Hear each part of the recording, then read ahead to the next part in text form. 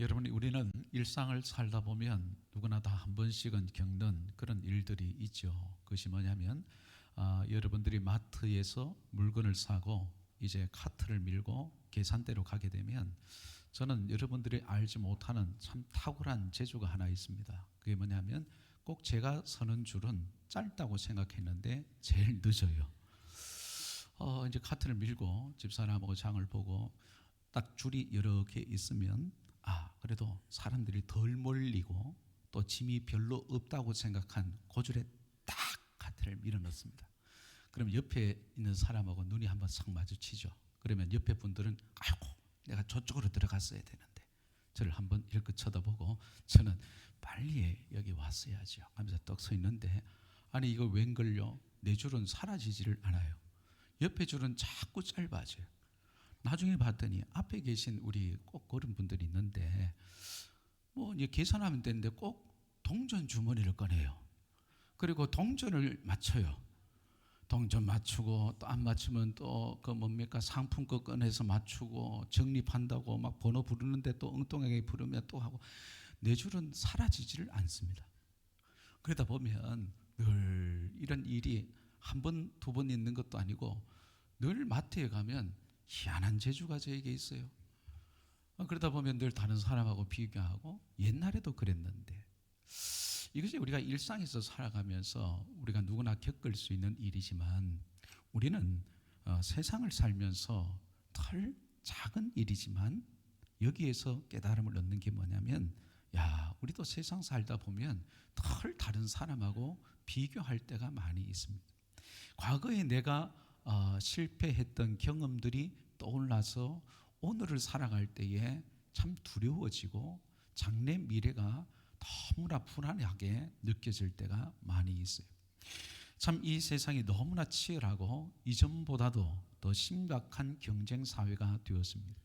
우리는 하나님의 자녀이고 성도임에도 불구하고 참 열등감과 비교의식, 과거에 실패했던 그 경험 때문에 참 하나님께서 우리의 좋으신 아버지가 되시고, 또 하나님께서 우리 인생을 책임져 주시고 하나님이 늘 우리와 함께 해 주신다는 이 성경의 가르침이 참 일상에 살아가면서 우리가 실제로 믿지 못해서 세월을 낭비하고 하나님이 주신 재능을 묵혀두고 허송세월할 때가 얼마나 많이 있는지 모릅니다.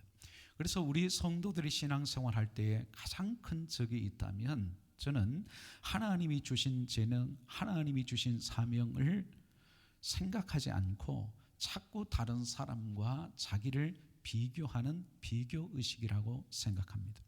우리 성도들에게 있어서 정말 하나님이 주신 그 귀한 달란트, 재능, 하나님이 주신 시간이 있음에도 불구하고 자꾸 다른 사람과 나를 비교하면서 열등감에 빠지고, 이것을 잘 할 수 있을까 늘 두려워하고, 주신 사명을 감당하지 못하고, 기도하면 되는데, 믿음으로 살면 되는데, 하나님의 약속의 말씀 붙들면 되는데 늘 열등감에 빠져 살고 비교의식에 빠져 살고, 과거에 안 되었던 일, 실패했던 경험들을 자꾸 떠올리면서 참 허송세월할 때가 얼마나 많이 있는지 모르겠습니다. 그래서 각박한 세상에서 어떻게 우리 성도들, 우리 자녀 세대들이 이 열등감과 또 하나님을 향한 불신앙을 이겨내고, 하나님께서 우리에게 허락하신 이 시간, 또 우리 각자에게 맡겨주신 달란트, 그리고 이 사명을 어떻게 감당하면서 주의 일을 할 수 있을까? 오늘 한가족 예배를 드리면서 기도원의 이야기를 함께 살펴보고자 합니다. 오늘 본문은 그 시대적인 배경이 사사 시대입니다. 이스라엘 백성들이 또다시 하나님 앞에 범죄했습니다. 우상을 섬깁니다. 그래서 하나님께서 미디안의 손에 7년 동안 압제를 당하게 했습니다.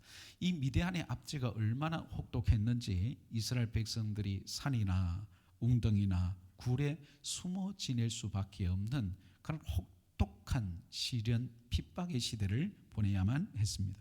자, 이런 시대에 하나님께서 이 미디안의 손에서 이스라엘 백성들을 건져낼 사사로 기드온이라는 인물을 부르십니다. 오늘 이 장면은 기드온을 소명하시는 하나님이 부르시는 아주 유명한 사건이죠.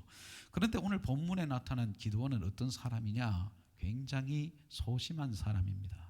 두려움에 빠져 있는 사람입니다. 여러분 11절 말씀을 보겠습니다. 사사기 6장 11절 말씀 같이 한번 읽어보겠습니다. 시작.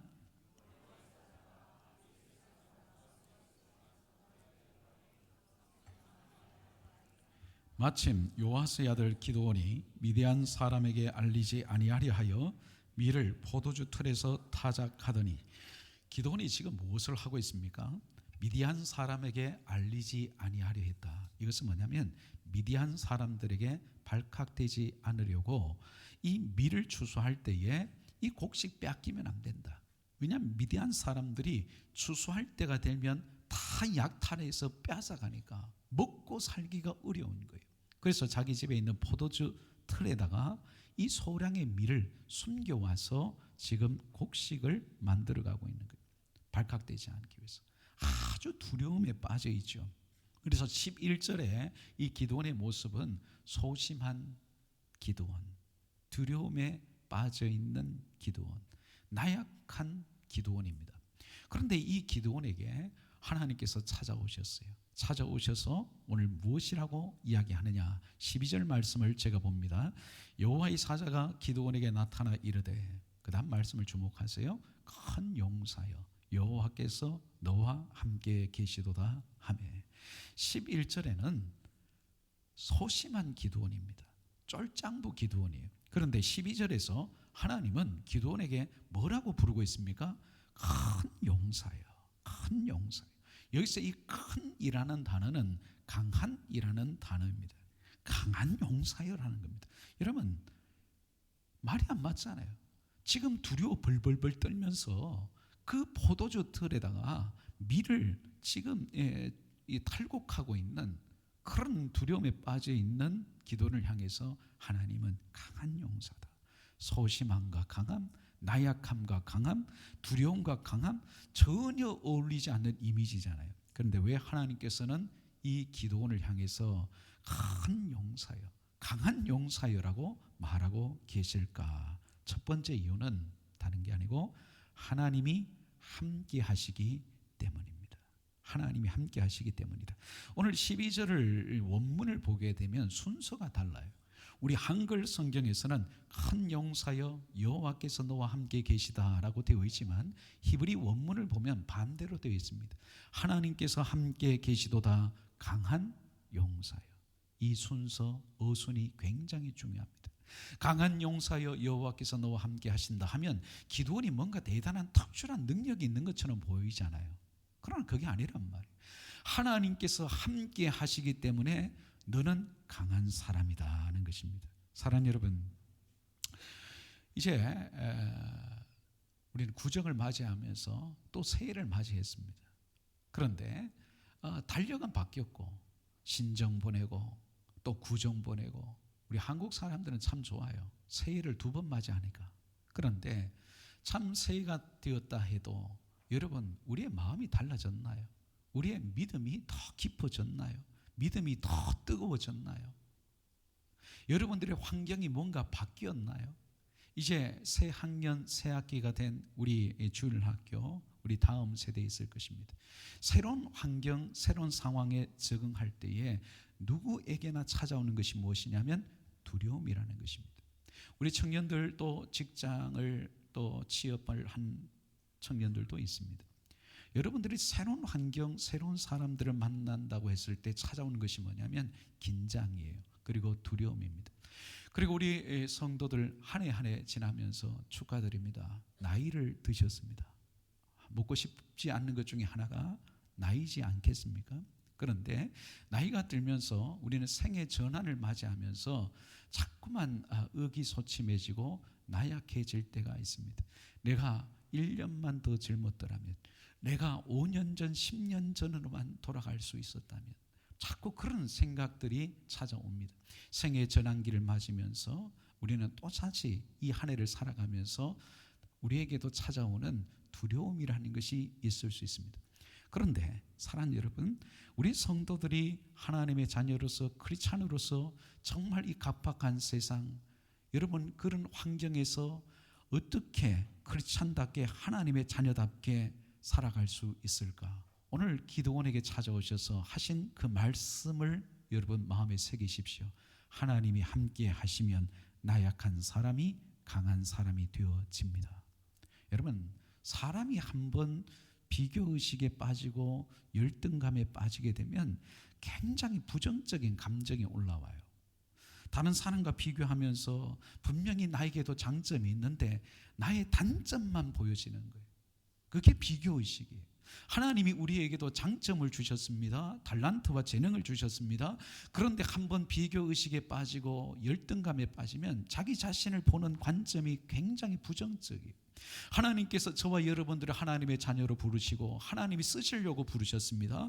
복음을 전하기 위해서 우리를 쓰셨습니다. 분명히 하나님께서 우리를 강하게 바꾸십니다. 그런데 하나님을 믿어도 자꾸 비교의식 열등감에 빠지면 자꾸 자기가 초라해 보여요. 의기소침해요. 뭔가 새로운 일을 시작하려고 할 때 두려워요. 내가 잘 해낼 수 있을까? 새로운 환경에서 새로운 학교에 가서 새로운 사람들을 만나서 내가 잘할 수가 있을까? 원래 내가 나이를 먹었는데 내가 건강할 수 있을까? 자꾸 이런 생각이 들어오면서 남하고 자기를 비교해요. 아이고 다른 사람은 부모 잘 만나서 저런데. 그럼 부모들은 그런 이야기합니다.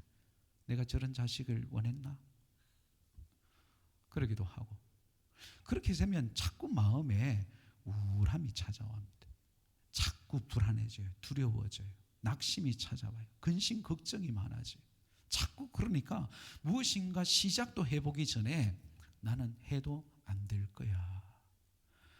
늘 그 생각에 사로잡혀 있는 거예요. 하나님이 함께 하시면 된다는 이 믿음이 교회에 와서 예배 듣고 설교 말씀 듣고 기도할 때는 그래 하나님이 함께 하시니까 내 인생 하나님이 책임져 주실 거야. 가정에 이런 문제가 있고 건강에 문제가 있고 내 자녀들의 신앙에 방황하는 문제가 있고 재정에 어려운 문제가 있어도 하나님께서 하나님의 자녀된 내 인생을 버려두지 아니하시고 하나님 책임져 주실 거야. 예배 드릴 때는 설교를 들을 때는 찬양 부르고 기도할 때는 그 믿음이 생기다가도 일상의 현장에서 내가 마주해야 될 그 문제 앞에서는 또다시 예전 습관처럼 살아가는 거예요. 자꾸 부정적인 생각이 찾아오고 다른 사람과 나를 비교하고 하나님이 나와 함께 하신다는 믿음은 점점 약해지고 기도한다고 바뀌겠나? 기도한다고 내 상황이 바뀌겠나? 이 문제가 해결되어지겠나? 신앙이란 게 내게 도움이 될까? 하나님은 살아계실까? 자꾸 이런 생각이 들죠. 그러나 여러분 기도원도 이런 상황이 있었단 말이에요. 두려워했습니다. 낙심했습니다. 지금 이 현실이 너무나 고달픕니다. 그런데 하나님이 찾아오셔서 하나님이 함께 계시도다. 강한 용서예요. 그러면 여러분 하나님이 함께 하시는 것이 우리 성도들에게는 가장 큰 힘이 되는 줄 믿으시면 아멘. 우리와 함께 하시는 하나님이 어떤 하나님이십니까? 여러분 하나님을 어떤 하나님으로 믿고 계십니까? 성경의 하나님은 창조주 하나님이십니다. 빛이 있으라 하심에 빛을 만드신 하나님이십니다. 천지 만물을 말씀으로 창조하신 하나님이십니다. 지금도 살아 역사하셔서 만물을 말씀으로 붙들고 계신 하나님으로 믿으시기를 축원합니다. 그 하나님이 인간의 생사하복을 결정하십니다. 한나라의 흥망성쇠도 결정하시는 하나님이십니다. 우리가 믿는 하나님은 우리의 기도 소리를 들으시는 하나님이십니다. 우리 하나님은 좋으신 하나님이 되셔서 우리에게 좋은 것 주시기를 원하시는 아버지가 되신 줄 믿으시기를 바랍니다. 우리 하나님은 전지전능하신 하나님이세요. 불가능이 없으신 하나님이세요. 그 하나님이 우리와 함께 하십니다. 그럼 여러분이 뭐가 두렵겠어요? 무엇이 두렵겠습니까? 그 하나님이 나와 함께 하신다고 약속하셨잖아요. 세상 끝날 때까지 내가 너와 항상 함께 있으리라. 내가 너를 떠나지 아니하며 내가 너를 싫어버리지 아니하겠다. 예수님의 피값 주고 우리를 하나님의 자녀로 삼으신 우리 아버지께서 우리를 결코 버리지 않는다고 했는데 여러분 그 무엇이 문제가 되겠습니까? 지금 여러분 장래가 두렵습니까? 무엇이 걱정이 되십니까? 여러분 염려거리는 뭐예요?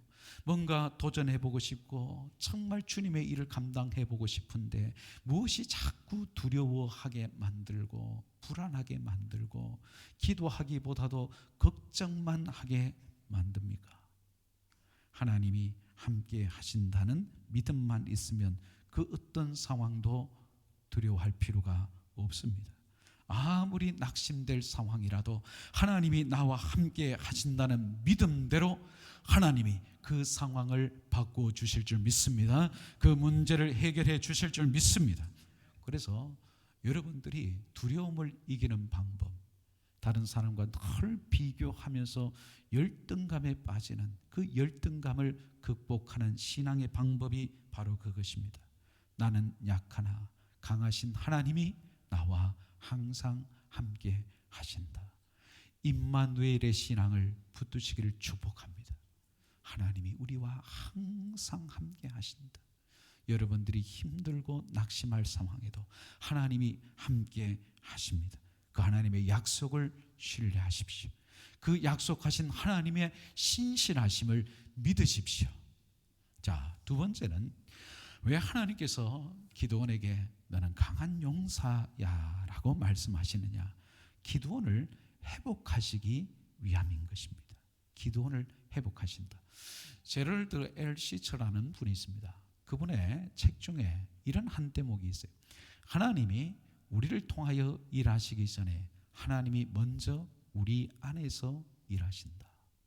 하나님이 우리를 통해서 일하시기 전에 먼저 우리 안에서 일하신다. 이게 무슨 말이냐면 하나님은 하나님이 쓰실 사람, 우리 하나님의 자녀들, 우리 다음 세대들, 여러분들을 쓰시기 전에 먼저 여러분들 안에 있는 하나님을 향한 불신앙, 의심, 두려움, 열등감, 이런 부정적인 감정들, 그리고 쓴뿌리들, 그리고 불신앙을 하나님께서 먼저 회복시킨단 말이에요. 깨트리신단 말이에요.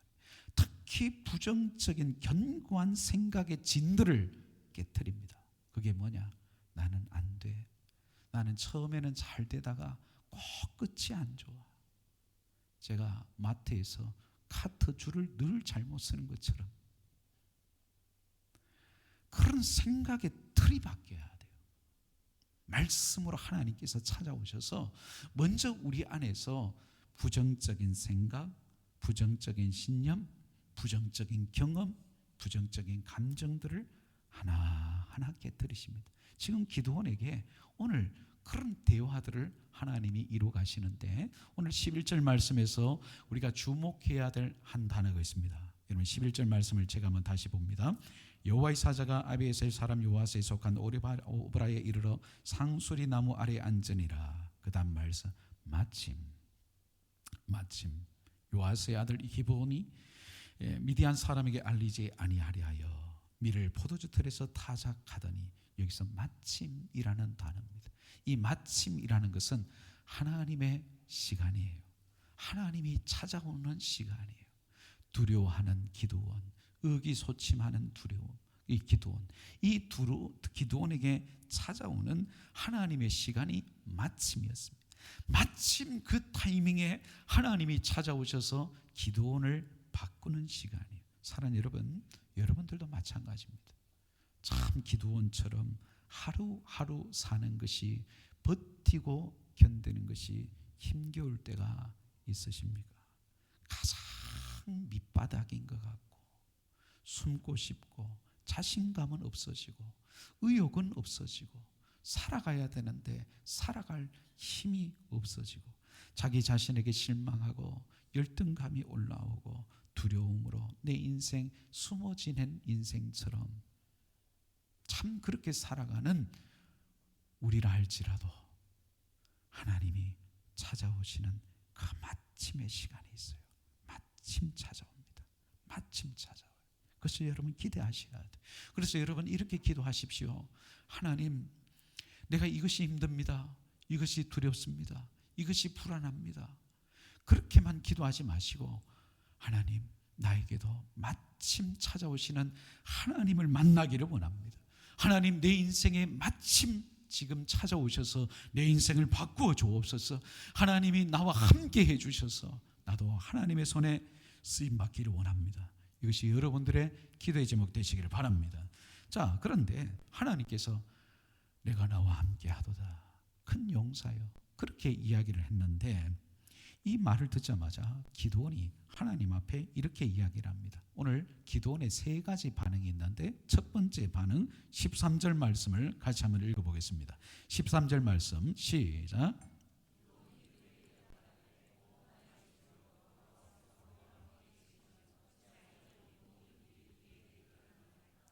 또 우리 조상들이 일찍이 우리에게 이르기를 여호와께서 우리를 애굽에서 올라오게 하신 것이 아니냐, 그 모든 이적이 어디 있나이까? 이제 여호와께서 우리를 버리사 미디안의 손에 우리를 넘겨주셨나이다 하니. 자, 이게 무슨 말인 것 같아요? 하나님이 우리와 함께 계신다고요? 11절에서 12절에서 하나님 그렇게 말씀하시잖아요. 여호와께서 너와 함께 계시도다. 그러니까 그 말에 대한 의구심이 드는 거예요. 하나님이 우리와 함께 계시면 어떻게 우리가 미디안에게 이렇게 압제를 당해야 됩니까? 이렇게 고통스럽게 하루하루를 살아야 됩니까? 애굽 땅에서 일어났던 그 기적들은 다 어디에 갔습니까? 이 기드온의 첫 번째 반응은 뭐냐면 열등감이 심한 사람이나 두려움이 큰 사람들이 쓰는 방어 기제가 하나 있습니다. 그게 뭐냐면 남 탓하는 거예요. 늘 남 탓합니다. 내가 좋은 부모님이 있었다면, 내 자식이 좀 너의 자식처럼 잘 되기만 했다면, 내가 여태 때를 잘 만나서 태어났더라면, 다 남 탓을 하는 거죠. 그런데 이 기드온은 누구를 탓합니까? 하나님을 탓하는 거예요. 하나님을 원망하는 거예요. 하나님이 함께 하시면 우리가 이렇게 초라하게 살겠습니까? 그런데 여러분, 우리 성도들도 마찬가지예요. 모든 원망의 뿌리는 다 하나님이 됩니다. 부모 탓하고 자식 탓하고 환경 탓하고 누구 탓하고 거슬러 올라가면 우리 성도들도 그 원망의 화살은 누구에게 날아가냐면 하나님이 돼요. 하나님이 살아계시면, 하나님이 함께 하시면 왜 내가 기도했는데 응답이 일어나지 않습니까? 왜 내 문제는 해결되지 않습니까? 내 형편은 왜 이렇게 좋아지지 않습니까? 왜 로또 대박 나지 않습니까? 이런 막 전부 다 하나님을 원망하는 거죠. 이게 기드온의 첫 번째 반응이었어요. 이때 하나님께서 무엇이라고 이야기하느냐? 14절 말씀을 보세요. 여호와께서 그를 향하여 이르되 너는 가서 너의 힘으로 이스라엘을 미디안의 손에서 구원하라. 내가 너를 보낸 것이 아니냐. 하나님은 또 말씀하세요. 가라. 내가 너의 힘이 되어줄게. 그러면 기드온이 가야 되잖아요. 근데 기드온의 두 번째 반응이 있습니다. 15절 말씀을 보세요. 15절 말씀은 같이 읽습니다. 시작. 그러나 기드온이 그에게 대답하되 오 주여, 내가 무엇으로 이스라엘을 구원하리까? 보소서, 나의 집은 므낫세 중에 극히 약하고 나는 내 아버지 집에서 가장 작은 자니이다. 내가 무엇으로 주의 일을 합니까? 미디안이 얼마나 큰데요, 얼마나 강한 족속인데요. 우린 기가 죽어 있습니다. 지금 내 모습을 보면 모릅니까? 이 꼬라지를 보고도 이런 말 합니까? 지금 벌벌벌 떨고 있는 나를, 뭘 나를 통해서 미디안의 손에서 우리 민족을 구원해요? 내가 무엇으로 합니까? 그리고 나는 가장 우리 집에서도 작은 자입니다. 이게 뭐냐면 기드온의 두 번째 반응이 자기 비하라는 것을 씁니다. 열등감이 심하고 두려움이 큰 사람은 늘 자기를 비하해요. 자기도 분명히 잘하는 것이 있는데도 늘 못한다, 안 된다, 할 수 없다. 이것을 입버릇처럼 이야기합니다. 입버릇처럼 이야기해요. 기드온이 지금 하는 이야기는 평소에 자기의 입버릇이었습니다. 사랑하는 여러분, 여러분들이 말하는 습관을 바꾸셔야 합니다. 우리의 뇌는 놀랍게도 내 머리에 내 뇌를 가둬놓고 살지만 우리의 뇌는 우리가 하는 말을 귀로 들어서 뇌가 저장을 한대요. 그래서 나는 늘 해도 안 돼. 나는 되다가도 잘 안 될 거야. 나는 머피의 법칙이 있는 사람이야. 나는 할 수 없어. 나는 해도 안 돼. 이런 말을 입버릇처럼 자꾸 하잖아요. 나는 기도는 하지만 내 기도는 응답이 안 될 것 같아. 여러분들이 거울을 보고 혼자 있을 때 혼잣말로 중얼중얼하는 이 말 습관을 바꾸셔야 합니다. 기도는 늘 두 번째 방어 기제가 뭐냐? 자기 비하하는 말을 끊임없이 했단 말이에요. 자, 이때 또 하나님께서 뭐라고 또 이야기하시느냐? 16절 말씀을 보세요. 여호와께서 그에게 기드온에게 이르되 내가 반드시 너와 함께하리니 네가 미디안 사람 치기를 한 사람 치듯 하리라. 또 하나님이 약속하잖아요. 내가 너와 반드시 함께 해줄게. 여러분, 하나님은 뭐 모세의 지팡이처럼 지팡이 준 게 아닙니다. 그냥 하나님이 함께 해주시겠다는 약속만 해요. 자, 그러면 이 정도로 하나님이 하시면 예, 주님 순종하겠습니다. 그렇게 기도원이 해야 되는데 기도원이 세 번째 이렇게 이야기를 합니다. 17절을 보십시다. 17절 같이 읽습니다. 시작. 기도원이 그에게 대답하되 만일 내가 주께 은혜를 얻어 사오면 나와 말씀하신 이가 주 되시는 표징을 내게 보이소서. 자, 표징을 내게 보여달라. 그래서 늘 열등감과 두려움에 빠져 있는 사람이 쓰는 세 번째 방어 기제가 뭐냐면 눈앞에 보이는 표징을 보여달라는 거예요. 표적을 보여달라는 거예요. 그래야 내가 믿겠다는 거죠. 여러분, 그래서 우리가 신앙으로 살아갈 때, 성도답게 살아갈 때, 크리스찬으로 여러분들이 학교에서, 캠퍼스에서, 직장에서, 일터에서 살아갈 때에 가장 큰 걸림돌이 무엇이냐? 바로 이 두려움이에요. 상황의 힘에 눌려 있는 거예요. 하나님이 나와 함께 하신다. 하나님이 계속 약속의 말씀을 주시잖아요. 내가 너와 함께 한다. 내가 너와 함께 한다. 그런데도 믿지 못하는 이유, 그것이 뭐냐? 불신앙입니다. 그 두려움의 그 반대편에는 뭐가 있냐면 불신앙이 있어요. 하나님을 향한 불신앙이 있는 사람들이 뭐냐면 하나님은 함께 하신다. 내가 너에게 은사 줄게, 지혜 줄게, 건강 줄게, 물질의 복을 줄게. 너 나의 일을 좀 해. 내가 너를 불렀어. 내가 너를 귀하게 쓰고 싶어. 그런데 자꾸 두려워요. 내 자신을 보니까 너무 초라해요. 다른 사람과 비교해보면 저 사람은 나보다 더 똑똑한 것 같고 더 많이 배운 것 같고 집안 배경도 좋은 것 같고 나보다 재능도 좋은 것 같고 자꾸 비교하고 두려워지는 거예요. 그래서 여러분, 이 두려움과 불신앙은 동전의 양면과 같아요. 이 두려움과 불신앙을 이겨내는 그 길이 바로 이것입니다. 하나님이 함께 하심을 믿으십시오. 하나님이 함께 하신다는 그 약속의 말씀을 믿으시고 하나님이 함께 하신다면 반드시 그것을 지키시는 하나님의 신실하신 성품을 믿으십시오. 그래서 결국은 이 두려움과 불신앙을 이겨내는 건 하나님의 살아계심을 체험하는 거예요. 그래서 이제 마지막으로 하나님께서 이 기드온에게 뭐라 그러냐면 제단을 쌓고 예배를 드리라고 했을 때 반석에서 불이 나옵니다. 하나님의 임재를 체험해요. 이 불이라는 것은 하나님의 임재를 체험해요. 하나님의 임재를 체험하니까 드디어 이 기드온이 깨달은 거예요. 하나님이 살아계시는구나. 말씀하시는 분이 하나님이었구나. 나를 쓰시려고 부르신 분이 하나님이었구나. 하나님을 독대하고 하나님의 임재를 체험하고 하나님의 살아계심을 체험하는 그 순간 이 기드온이 단을 쌓았는데 그 단의 이름이 오늘 말씀입니다. 24절 말씀을 마지막으로 읽어보겠습니다. 시작. 기드온이 여호와를 위하여 거기서 제단을 쌓고 그것을 여호와 샬롬이라 하였더라. 그것이 오늘까지 아비에셀 사람에게 속한 오브라에 있더라. 그 단의 이름을 여호와 샬롬이라고 지었어요. 여호와 샬롬의 이름의 뜻이 뭐냐면 여호와는 평강이시다. 왜 기드온이 그 제단의 이름을 여호와 샬롬이라고 지었을까? 자, 11절에 기드온은 어떤 사람이었어요? 두려워하는 기드온이었어요. 열등감에, 비교의식에 빠져있는 두려움에 빠져있는 기드온이었는데 이제 여호와 샬롬의 하나님, 평강 주시는 하나님을 경험하게 되니까 이제 완전히 달라져요. 주의 말에 순종하여 이 길을 걸어갑니다. 그러면 왜 기드온이 여호와 샬롬이라고 이름을 지었을까? 하나님의 임재를 체험하게 되면 여러분 마음의 두려움이 평강으로 바뀝니다.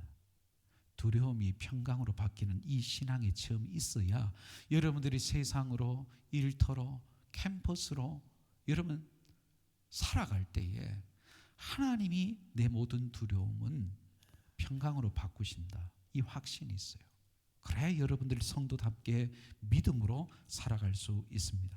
그래서 오늘 이 여호와 샬롬에 대한 의미를 기억하십시오. 하나님이 마침 찾아오십니다.